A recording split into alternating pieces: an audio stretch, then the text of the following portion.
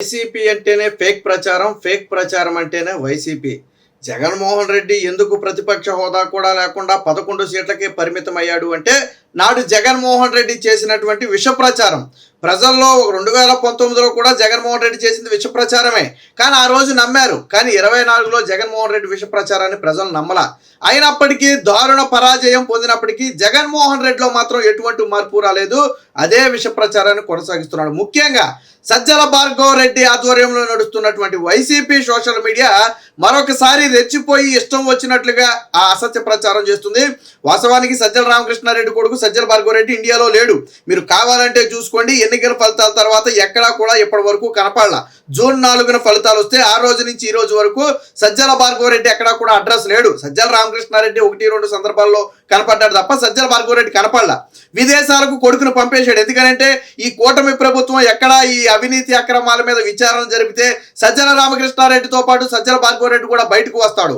ఈ సోషల్ మీడియాలో అసత్య ప్రచారం చేసి అనేక మందిని వేధించిన కేసులు ఎక్కడ బయటకు తీస్తే సజ్జల భార్గవ రెడ్డి భాగవతం పడుతుందని పక్క దేశానికి తరిమేశాడు. ఆల్రెడీ పారిపోయాడు. బహుశా అమెరికా వెళ్ళుండొచ్చని ఒక అంచనా.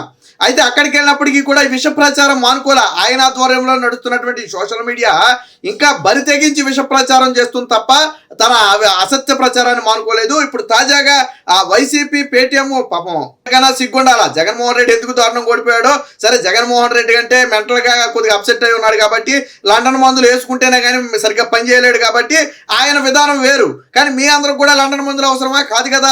మీరు బాగానే ఉన్నారు కదా, మీరైనా ఆలోచన చేయాలి కదా. మనం ఎందుకు ఈ విష ప్రచారం చేయాలి? ఎందుకు ఈ తప్పుడు ప్రచారం చేయాలి?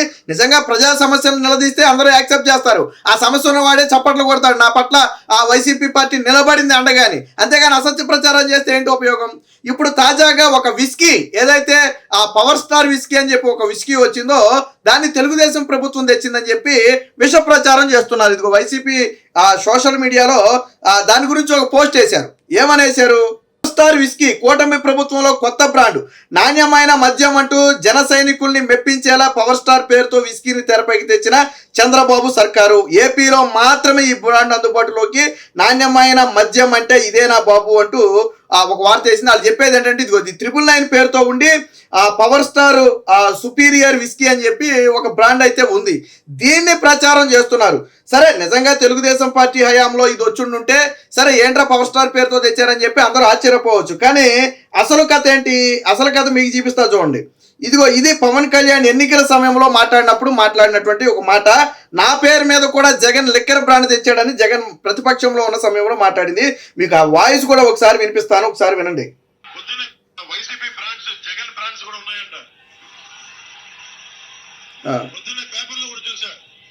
పవర్ స్టార్ బ్రాండ్ కూడా ఉందంట.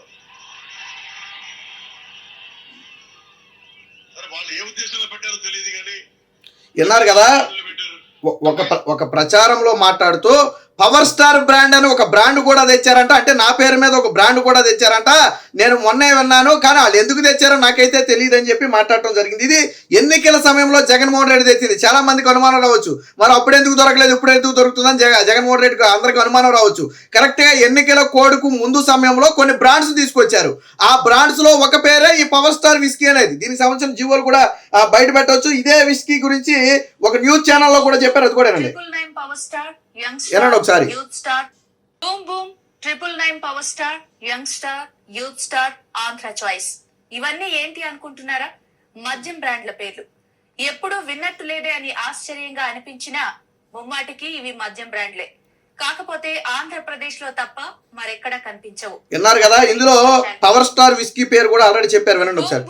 999 power star, young star, youth star, 999 power star. ఇప్పుడు మనం మాట్లాడుకుంది దీని గురించే. అంటే ఈ మద్యం బ్రాండ్ ఎప్పుడు వచ్చింది?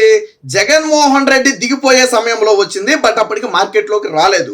అప్పుడు తీసుకొచ్చినటువంటి మద్యం బ్రాండ్ ఆల్రెడీ మ్యానుఫ్యాక్చర్ అయ్యి ఇప్పుడు బయటకు వచ్చింది. అంటే 999 పవర్ స్టార్ అనే ఒక పేరు మీద మద్యం బ్రాండ్కు అనుమతి ఇచ్చినటువంటి వ్యక్తి జగన్మోహన్ రెడ్డి. ఆ పేరును ఎవరో ఒకరు ప్రపోజ్ చేస్తే ఆ పేరు మీద బ్రాండ్ విడుదల చేయడానికి ఒప్పుకున్నటువంటి వ్యక్తి జగన్మోహన్ రెడ్డి. సో ఇంత క్లియర్ గా ఉంది కదా. పవన్ కళ్యాణ్ మాట్లాడింది ఎన్నికలకు ముందు మాట్లాడాడు.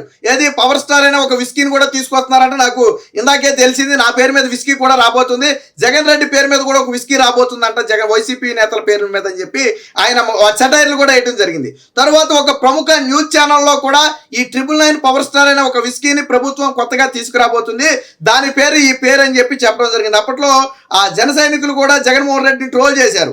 ఆ పవన్ కళ్యాణ్ పేరు మీద విస్కీ తెచ్చే అంత స్థాయికి ఎదిగాడు పవన్ కళ్యాణ్ అంటే ఎంత అభిమానం అని చెప్పి ఏదో రకరకాలుగా ట్రోల్స్ అయితే చేయడం జరిగింది ఆ జగన్మోహన్ రెడ్డిని. అంటే ఈ బ్రాండ్ ఎప్పుడు వచ్చింది? జగన్మోహన్ రెడ్డి హయాంలో వచ్చింది. కానీ ఎప్పుడు వచ్చిందని చెప్తున్నాడు? ఇప్పుడు చంద్రబాబు నాయుడు తీసుకొచ్చాడని చెప్తున్నాడు.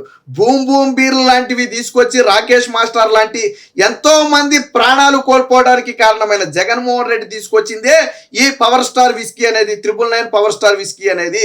సరే, ఈ ప్రభుత్వం దాన్ని క్యాన్సిల్ చేయాలంటే చేయొచ్చు, కాదని నేను అనట్లేదు, కానీ తెచ్చింది ఎవరు?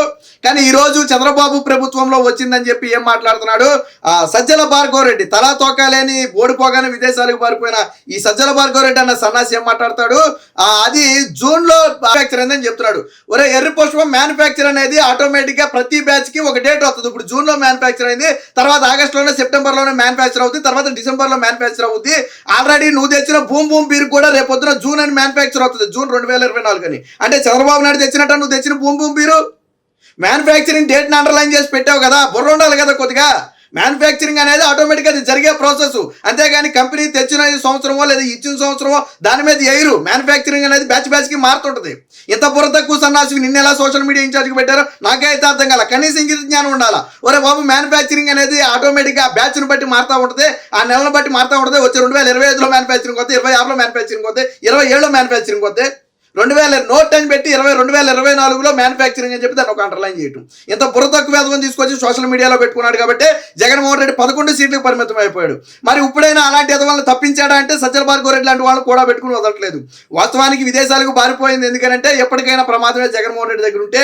ఈ కూటమి ప్రభుత్వం నన్ను అరెస్ట్ చేస్తే జగన్మోహన్ రెడ్డి కాపాడేవరని ఒక భయంతోనే సజ్జల రామకృష్ణారెడ్డి కొడుకును పంపేసి తాను మాత్రం ఇక్కడ మిగిలిపోయాడు.